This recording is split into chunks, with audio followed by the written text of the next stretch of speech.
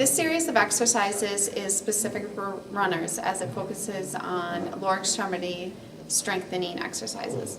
We recommend that you perform these exercises 3 times a week. This version of a squatting exercise is a great alternative to the typical squat. It's done one-legged, and we're going to find some sort of apparatus in your house that's about mid-thigh height. You'll step forward about 6 to 8 inches. You're going to balance on one leg, squat and kind of poke your rear out till you just tap, and then back up. So it's just a tap, you're not actually sitting.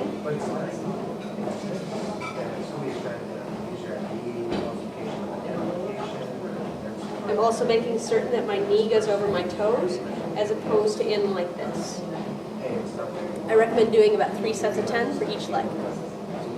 This is a great exercise for hamstring strength as well as a little bit of balance because we're going to do it one leg at a time. I'm holding 4-pound weights, which seem to be adequate. I'm going to balance on one leg, reach down, I'm bending at my hips, coming back up, reach down, nice and controlled. You can tell that it's a challenge for my balance. Really focus on hinging at your hips as opposed to your back. So all the movement's coming from my hips.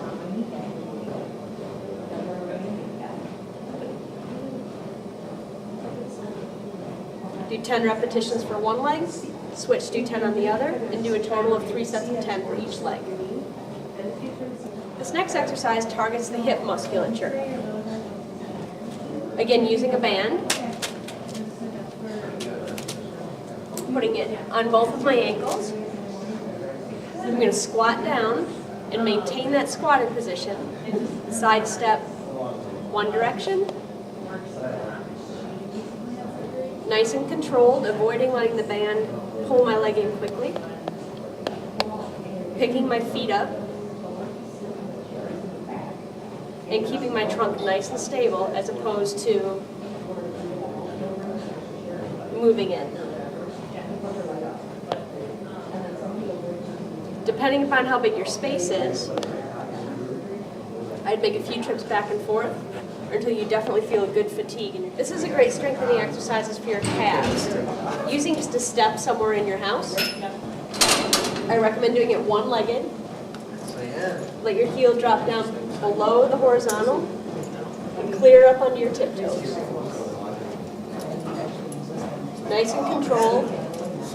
I recommend doing 10 on one leg, switching, doing 10 on the other leg, and alternate back and forth until you've completed 3 sets of 10. This next exercise targets the hip abductor muscles nicely. Again, using some elastic tubing tied to a pole in the basement, leg of a chair, anything that's going to hold it sturdy. I prefer that you have a little something to hold on to. You're going to keep your body upright. Avoid moving the rest of you with the exception of the leg with the bands on. That leg goes straight out to the side and back in.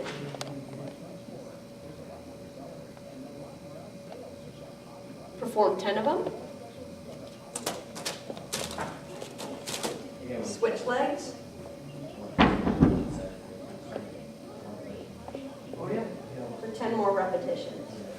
Complete a total of 3 sets of 10 repetitions.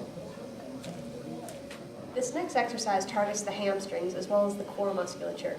It's actually a series of 3 exercises that I combine into one circuit. The first exercise,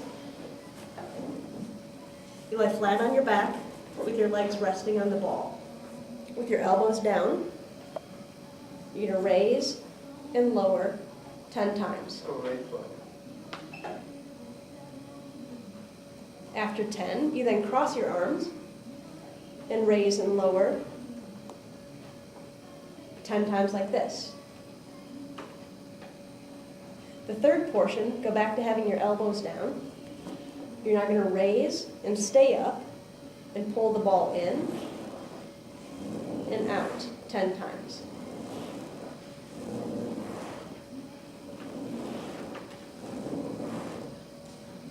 An ideal goal would be to go through that circuit 3 times, so a total of 90 lifts. This exercise, most of us call the clam exercise. It's a great strengthening exercise for the gluteus medius and gluteus maximus. With an elastic bit of tubing, you're going to adjust the tubing to be just above your knees.